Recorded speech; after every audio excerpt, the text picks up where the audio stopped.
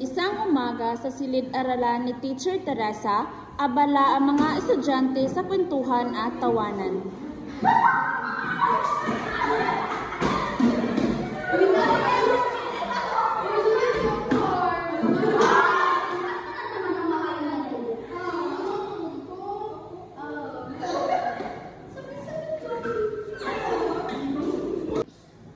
Pero biglang tumahimik ang lahat nang dumating si Teacher Teresa, dala ang isang bagong announcement.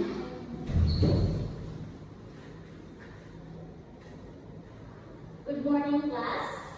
Good morning, Teacher Teresa. Okay, sit down. Okay, I have an announcement. Gagawa kayo ng group project sa EPP. At ang tema ay disiplina sa paaralan.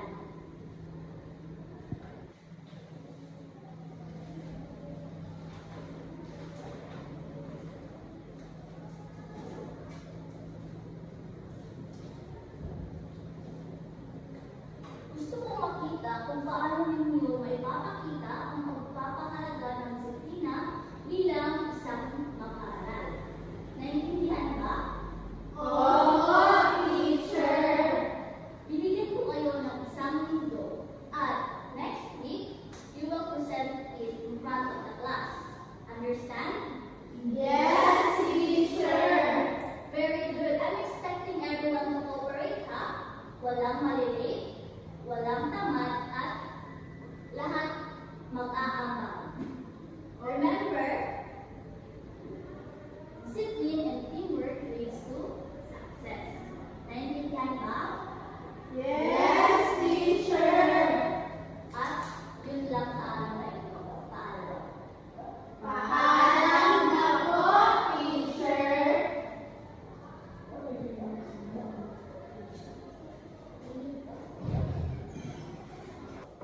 O tara, dito tayo sa grupo. Kasama natin si Saiza, si Liza, si Monica, si Rose, si Raja. At syempre, si Rika. Si Rika? Sure ka, Rika? Baka maligin mo din sa group work, ha? Uy, grabe ka naman. Magbabago naman ako eh. Promise, hindi na ako nag-relate. Sana nga, Rika, kung gaano pa kaganda ang ating plano, kung hindi nag-effort hindi sa apektado ang ating grades. Tama si Monica, kaya sana this time, seryosohin na natin kung naman tayo, okay? Oo pa naman, guys. Gagawin ko pa at hindi na ako malilate. Mukhang determinado si Rika, pero alam naman natin, minsan iba ang sinasabi kaysa ginagawa. Next day, students are busy with the project. Rika is not around yet.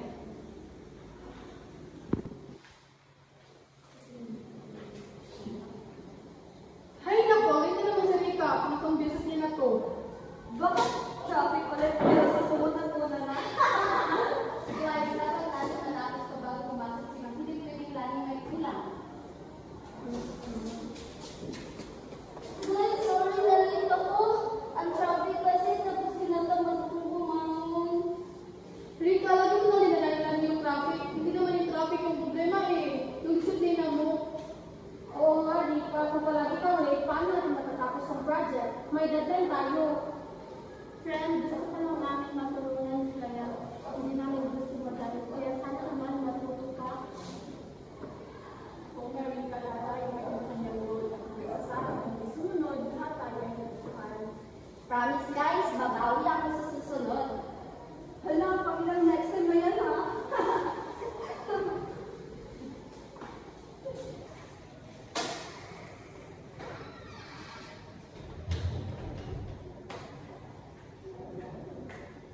Good morning, class. Good morning, teacher. Kumusta ang progress ng project ninyo? Ma'am, okay naman po, pero may kulang pa po sa part ni Rika. Rika, totoo ba yun? Opo, ma'am, pasensya na po. Hindi ko po kasi natapos kagabi tapos tinatamad ko ako. Rika, tandaan mo, ang disiplina ay susi sa tagumpay. Hindi sapat na magaling ka o marunong ka lang. Dapat may sipag, oras, at commitment ka pa rin. Subukan mong gawin yan, ha? Alam ko, kaya mo. Opo, ma'am, promise ko po, babawi na po talaga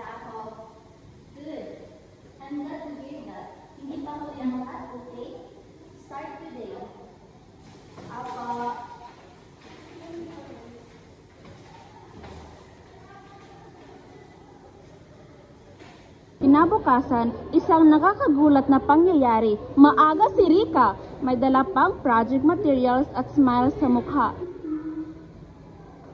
Good morning, friends! O diba ang aga ko? At natapos ko na kagabi ang ating poster.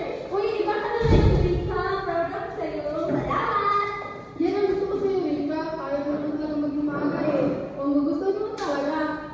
Nakuhaan talaga sa pakiramdam kapag lahat tayo nag-aabag sa buko. Ang bilis mo ng progress natin. Proud ako sa'yo, Rika. Kaya may disiplina, responsable, at consistent. Next time ha, ikaw na plan sa aming lahat para sabay-sabay tayo maaga.